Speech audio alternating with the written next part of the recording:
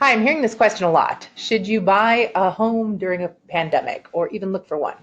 Or should you wait and see what happens? Well, as with just about every question we try to answer here, the answer is it depends. So let me help you understand some of the questions you might be looking at and see if that gets you closer to that answer. The first question is, are you looking for a home or are you looking for an investment? Those are always very different, but particularly now. So with an investment, there's one very clear goal. It is to make money on the purchase, whether that purchase is buy and hold, something that you're going to buy and you're going to rent for years for income, or something you might be looking to flip and buy and fix up and then resell. So all of those are going to have a different answer. And for this particular video, we're pretty much just concentrating on those looking for a home. So, do you live in the right space? That's the big question when you're thinking about moving. Something is compelling you to think about it, and it's probably the answer to this question. So, if it's a matter of cost, the location isn't right, it's not in the right proximity to other things, or has the convenience that you need, or is comfortable. And there's so many different things that go into those questions, but that's really what you want to look at. Are you happy waking up there in the morning, going to sleep at night, and are you comfortable making the payment? So if it's not close to the people you love or things that you like to do or a job that you still maybe need to commute to, those are the things to look at. This quarantine environment is really exaggerating a lot of these things and making people examine whether they're living in the right space. So if you're not, we want to help. Is it safe? Well, you will be walking into other people's houses and houses that other people have walked into. So that means that there is some inherent risk. If you are a person who is in the more vulnerable groups, then we're going to want to take extra precautions. But we're going to take precautions for safety for everyone, including ourselves. The first thing you're going to do is all of your homework up front. So we always need a pre-approval when we're looking at homes, but even more now. So this is not the time to kind of go around and get an idea of what you might be looking at, what interests you, what doesn't, sort of, I'm bored this weekend kind of stuff. This is not the environment for that. If you have made a decision that you're going to work, that you're going to move, then you want to speak to a lender. We've got a couple of great ones, and get that pre-approval. As a matter of fact, most sellers are actually requiring it before you're allowed to show these days. So you get that. Then we're going to do all of the recon and research ahead of time. So you're going to look, we always describe house hunting as a funnel. And when you start at the top, you have all sorts of options. Then you're going to eliminate. You're going to eliminate. And as you get to the bottom of that funnel, you're going to find what you're looking for. Sometimes that happens really fast, honestly, sometimes in a day. Sometimes it takes a while, but it's a process. We're going to ask that this process start all outside the homes. So by the time we get down to actually making appointments and going into homes, you're not going to say, you know what, I don't like this neighborhood, or I don't like this block, or this isn't the town I want to live in. You're going to do all of that ahead of time, and then finally, once those decisions are made on the big scale, you're looking at area, location, neighborhood, blocks. You're looking at types and styles of houses. By the time you get down here, now we're actually ready to go inside. So there are also options for virtual tours. We've got great technology. We have a 3D video camera that we can do a virtual tour with. So that can be the next level. But at some point, you're going to have to go into a house, and we want to make that as minimal as possible. So once you've eliminated everything that you don't want, and you've narrowed it down to a few things you do want, we're going to find a few houses that fit into that range. When we've identified those, then we're going to figure out what the best option is for seeing them. Some of them might be vacant. That means people don't live there, but it doesn't mean that nobody else is looking at it. So we still want to be careful. Only decision makers are allowed on showings right now.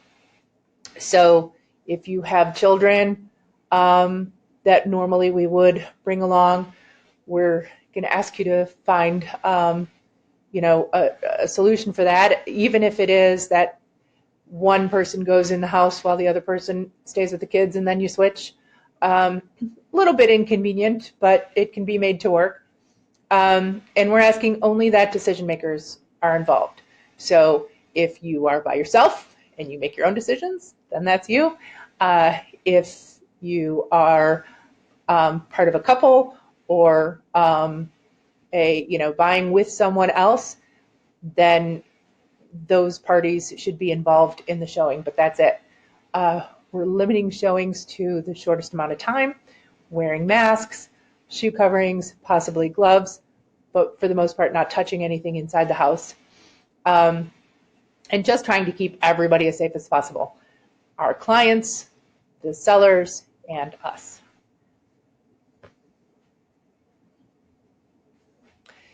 This is a question I'm getting a lot. Are the prices going to go down? Is there going to be a crash? Is it going to be 2008 or 2010? We don't know. We don't know, and I, that always sounds like kind of an unsatisfying answer, but it's the truth. And anyone who tells you that they know what's going to happen is not telling you the truth. So prices may come down after we feel the effect of all of the economic impact that's going on right now. Or I always tell people, we don't know what's going to happen. There could be something completely out of left field. A war could start somewhere, or somebody could shut down trade with the United States and hit the economy, or there's just so much volatility going on.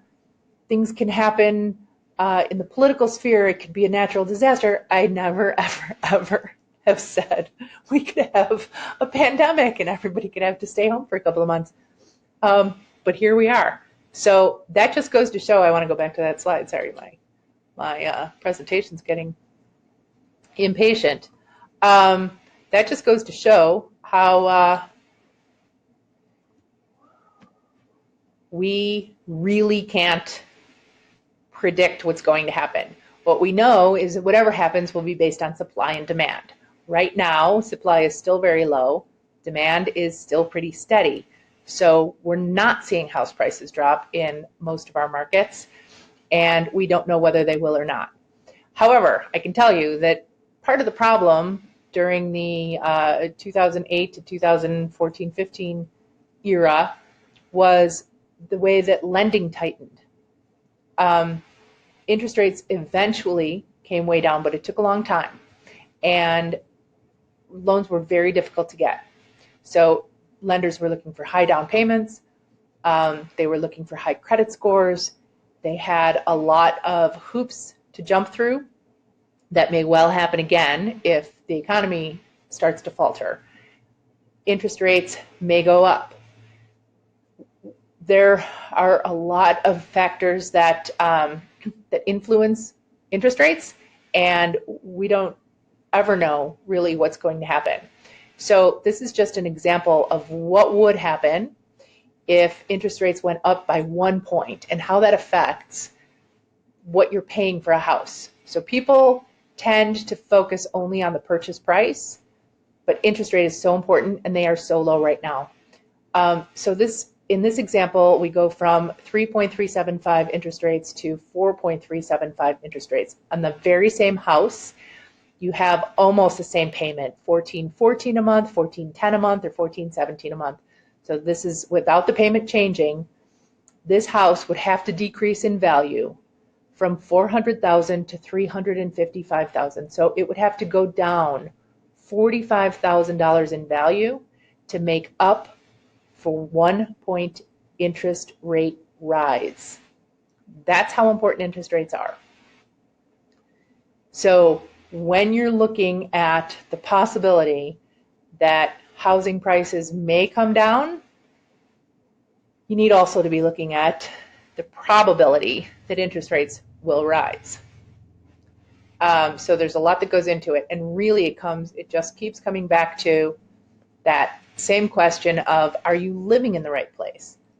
That's what, if you focus on that and you focus on spending your days and nights in a place that fits your lifestyle, fits what you do, what you love, what your family needs, that is where you win in any market. It doesn't matter whether it goes up or down, because you've won the life game. So if you feel like you should be living somewhere else, give us a call, contact us. All the contact information is on ruthsheahan.com. You can reach out to any of our agents, and we would love to help you figure it out.